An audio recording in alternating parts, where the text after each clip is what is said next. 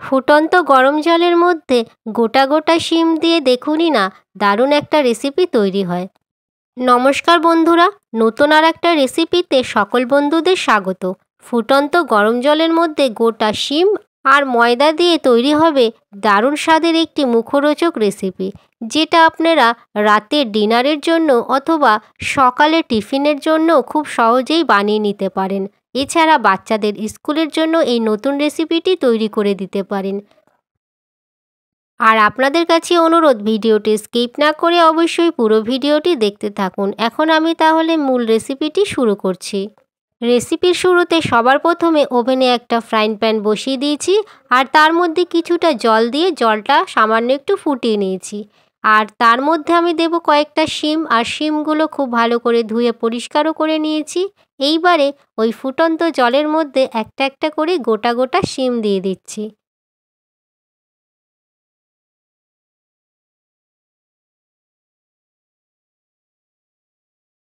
আমি আজকের রেসিপির জন্য যেই কটা শিম দিয়েছি, আপনারা চাইলে এর থেকে বেশি পরিমাণেও শিম দিতে পারেন। জলের মধ্যে শিম দেওয়ার পরে আমি সামান্য একটু নুন দিলাম। এইবারে একটা ঢাকনা দিয়ে শিম সিদ্ধ হওয়া পর্যন্ত ঢাকনা দিয়ে ঢেকে রাখবো। তারপরে আমি ঢাকনাটা তুলে দিলাম, আর এইবারে আমি দেখে নেব শিমগুলো ভালোভাবে সিদ্ধ হয়েছে কিনা। এখন আমি দেখে নিচ্ছি শিমগুলো সিদ্ধ হয়েছে কিনা, আর দেখা যাচ্ছে শিমগুলো খুব ভালো করে সিদ্ধ হয়ে গেছে।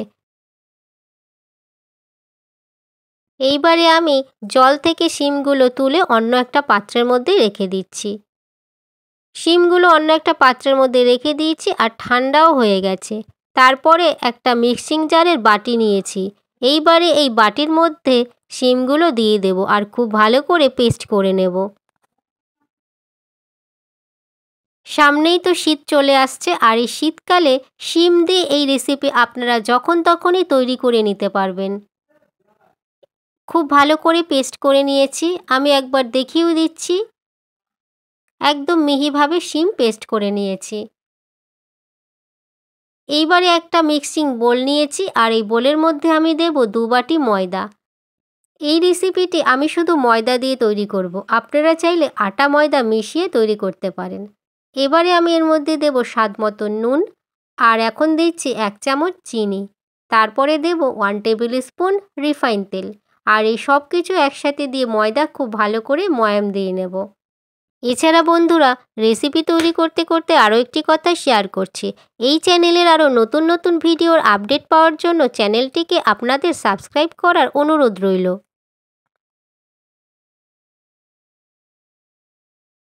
ময়দা খুব ভালো করে ময়াম দিয়ে দিয়েছি, আর এই দেখুন মুঠো মুঠো হয়ে যাচ্ছে ময়দা, তখনই বুঝে নিতে হবে ময়দা ময়াম দেওয়া হয়ে গেছে।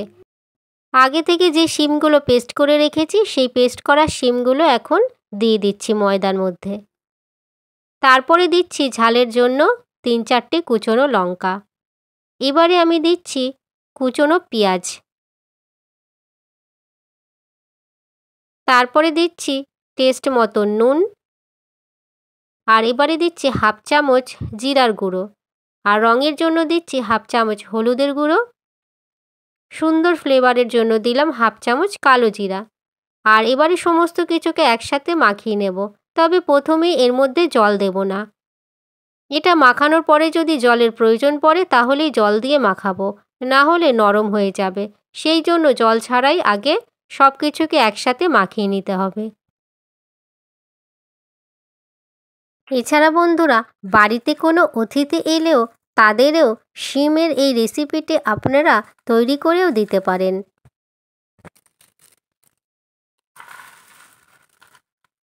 এবারে খুব ভালো করে মাখানো হয়ে গেছে, আর এটা মাখাতে কিন্তু কোনো রকম জল লাগেনি। জল ছাড়াই খুব ভালো করে মাখানো হয়ে গেছে।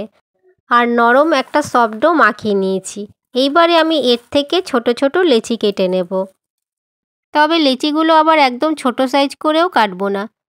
রুটির জন্য যেমন সাইজ করে লেচি কাটি, সেই সাইজ করেই লেচিগুলোকে কেটে নিচ্ছি। সব কটা লেচি কাটা হয়ে গেছে। এইবারে আমি এগুলোকে একটা একটা করে বেলে নেব।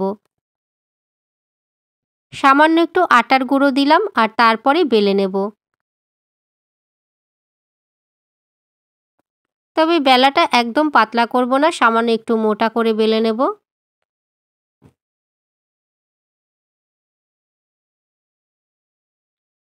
এছাড়া সাইজটা বেশি বড়ও করব না। এটা বেলা হয়ে গেছে আর একটু মোটা করে বেলে নিয়েছি। আর এরকম সাইজ করেই আমি সবকটা লেচি বেলে নিচ্ছি। আরও একটা বেলে আমি দেখিয়ে দিচ্ছি, এতে আপনাদের বুঝতে সুবিধা হবে। একটা লেচি নিয়েছি, তার উপরে কিছুটা আটার গুঁড়ো দিয়েছি আর তারপরে আমি একটু মোটা করে বেলে নিচ্ছি। বেলা হয়ে গেছে এটাও। সবকটা রুটি বেলা হয়ে গেছে। তারপরে আমি এগুলোকে ভেজে নেব। তার জন্য ওভেনে একটা তাওয়া বসিয়ে দিয়েছি আর তার উপরে আমি একটা একটা করে পরোটা দিয়ে দিলাম। প্রথমে পরোটাগুলোকে সেঁকে নেব। তার জন্য 2-3 বার উল্টে পাল্টে ভালো করে পরোটাগুলোকে প্রথমে সেঁকে নিচ্ছি।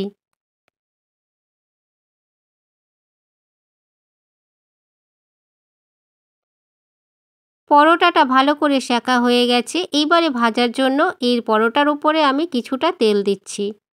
আর হাফ চামচের মতন আমি তেল দিয়ে পরোটাগুলো ভেজে নিচ্ছি। বেশি তেল দেওয়ার কোনোই প্রয়োজন নেই, কারণ অল্প তেলেই এই পরোটাগুলো খুব সুন্দরভাবে ভাজা হয়ে যাবে। আর এইভাবে 2-3 বার উল্টে পাল্টে পরোটাগুলোকে ভেজে নিচ্ছি। আর পরোটাগুলো ভাজার সময় গ্যাসের ফ্লেমটাকে মিডিয়াম টু হাই রেখে পরোটাগুলোকে ভেজে নেব। তাহলে খুব ভালোভাবে পরোটাগুলো ভাজা হবে। এই পরোটাটা ভাজা হয়ে গেছে। এইভাবে আমি সবকটা পরোটা ভেজে নেব। আরও একটা পরোটা আমি তার ওপরে দিলাম আর 2-3 বার উল্টে পাল্টে পরোটাটাকে প্রথমে সেঁকে নেব। তারপরে ভাজার জন্য হাফ চামচের মতন তেল দিয়ে দিলাম। এইবারে পরোটাটা ভাজার জন্য 2-3 বার উল্টে পাল্টে পরোটা খুব ভালো করে ভেজে নেব।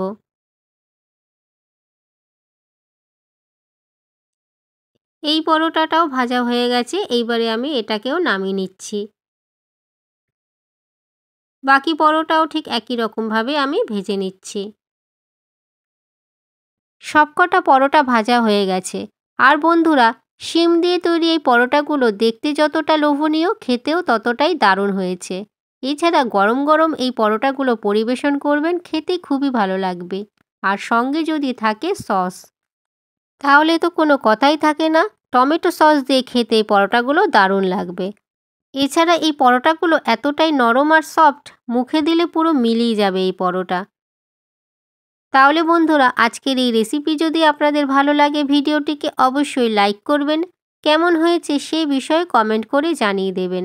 আর আপনারা অবশ্যই ভালো থাকবেন, সুস্থ থাকবেন। এছাড়া ভিডিওটিকে প্রথম থেকে শেষ পর্যন্ত দেখার জন্য আপনাদের সবাইকে অসংখ্য ধন্যবাদ জানাচ্ছি।